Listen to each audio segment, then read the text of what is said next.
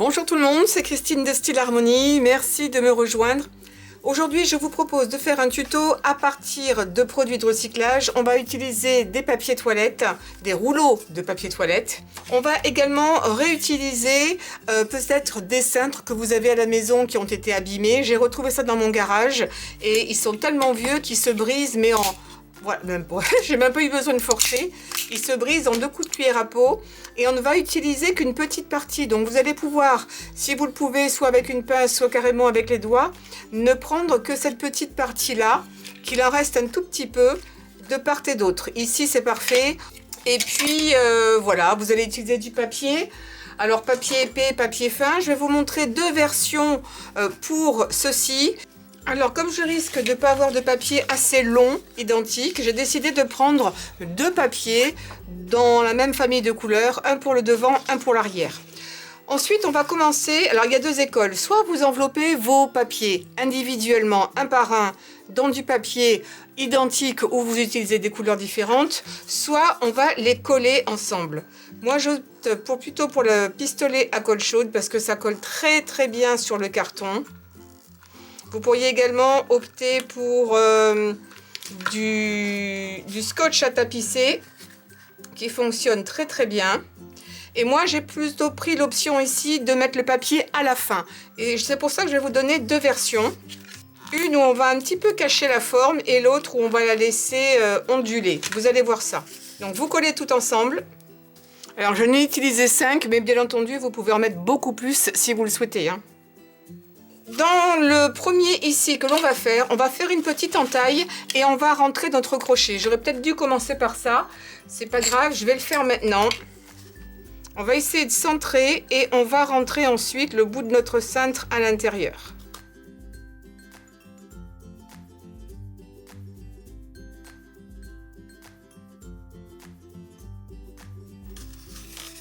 C'est bien ce que je pensais, je vais avoir du mal. Je vais essayer de le casser avec les doigts. Alors pour le faire rentrer, j'ai dû user de pince pour le retailler parce que c'était trop grand. Et du coup, voilà, il est à l'intérieur ici. Une fois que c'est fait, je vais prendre du papier et je vais simplement venir le coller comme ça par-dessus sans faire les vagues. Parce qu'il est assez costaud et ça va être un petit peu compliqué avec du papier aussi épais de venir ici au milieu.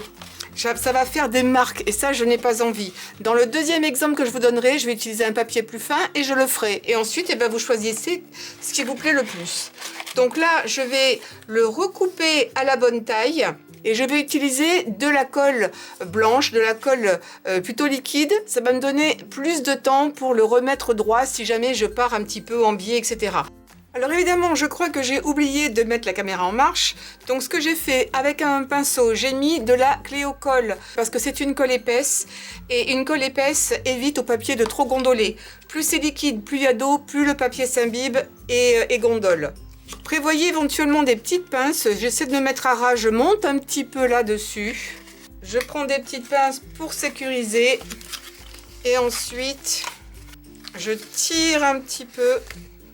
Voilà, et je fais en sorte de ne pas faire les creux, exprès. Ça va plus donner l'impression d'être pratiquement une boîte. Ça colle tellement bien que j'ai même pas besoin de sécuriser, en fait, au contraire. J'ai taillé un petit peu plus grand que mes ronds de papier toilette. Ça me permet d'être beaucoup plus aligné parce que des fois les ronds, on les a pas collés super bien droits, donc prenez un peu plus grand. Et je vais faire exactement la même chose de l'autre côté pour que ce soit joli.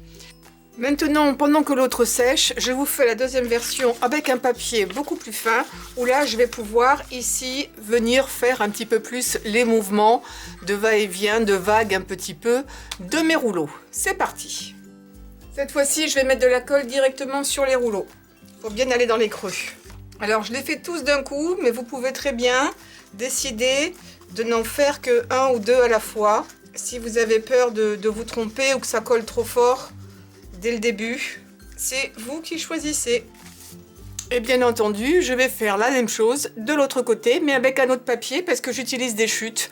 Alors c'est une bonne occasion aussi d'éviter de jeter, de récupérer tout ce que l'on peut récupérer. Je vous retrouve quand c'est sec.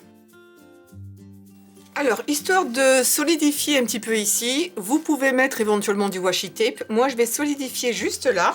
Et je vais utiliser ce petit punch que je vous avais montré dans des vidéos précédentes, qui va faire un trou dans un rond.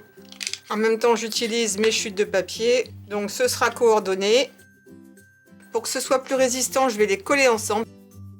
Je vais faire la même chose de l'autre côté, puis je vais les coller, histoire que ça renforce, et puis que ce soit aussi un petit peu plus joli que ce qu'il y a là.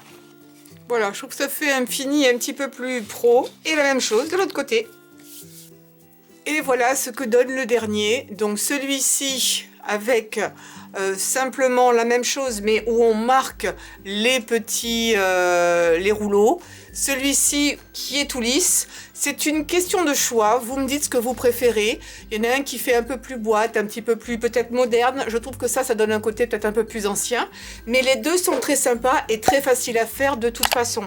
Prévoyez quand même un petit peu large, un petit peu plus long, je veux dire, au niveau du papier, quand il s'agit d'aller à l'intérieur, parce que forcément, ça prendra un petit peu plus de place. Et c'est pas gênant de faire deux côtés différents. De toute façon, vous n'en verrez qu'un seul à la fois. La décoration est optionnelle. Celui-ci est assez chargé, donc j'ai pas voulu en mettre trop. J'ai rajouté un petit ruban. L'avantage du ruban, c'est que ça peut encore le solidifier, rendre l'ensemble plus compact pour éviter que ça ne se défasse, avec un petit nœud en haut. Et ici, j'ai rajouté en 3D des fleurs que j'avais faites par le passé et que j'ai décidé d'utiliser parce que je trouvais que c'était joli. Comme cet endroit était vide, j'ai trouvé ça sympa. Les fleurs, j'en fais quelques fois d'avance, je les assemble d'avance comme ici. En plus, elles sont vernies, je les trouve vraiment très jolies.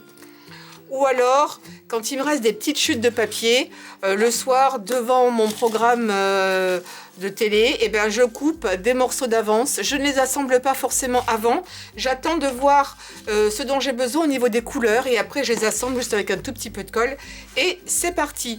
J'avais pensé pour l'un mettre des foulards.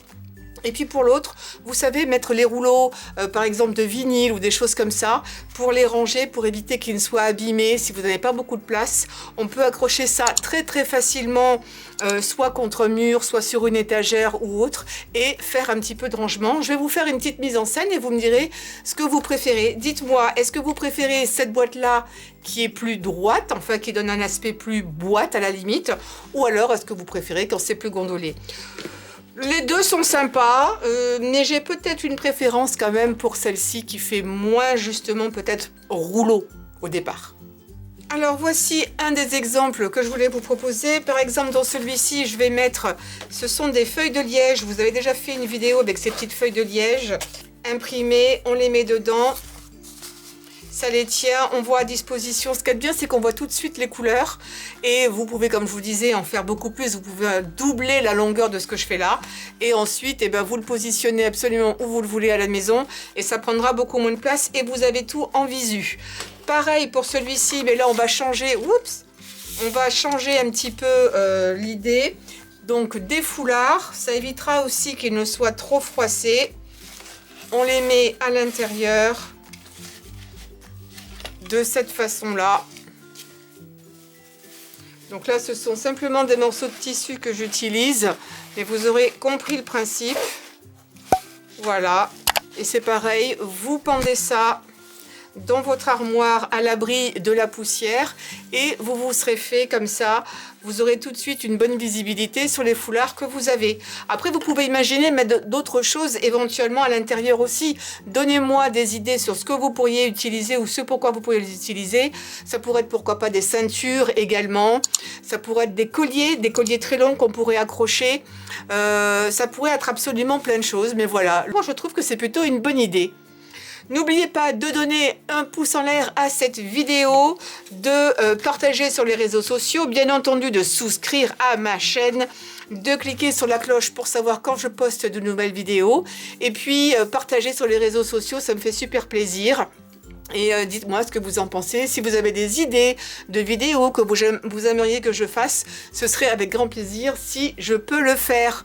Et n'oubliez pas, tout ce que je fais, vous pouvez le faire, c'est très simple, ça demande des fois un petit peu de pratique, mais vous y arriverez. Je vous fais de très gros bisous et je vous dis à très vite.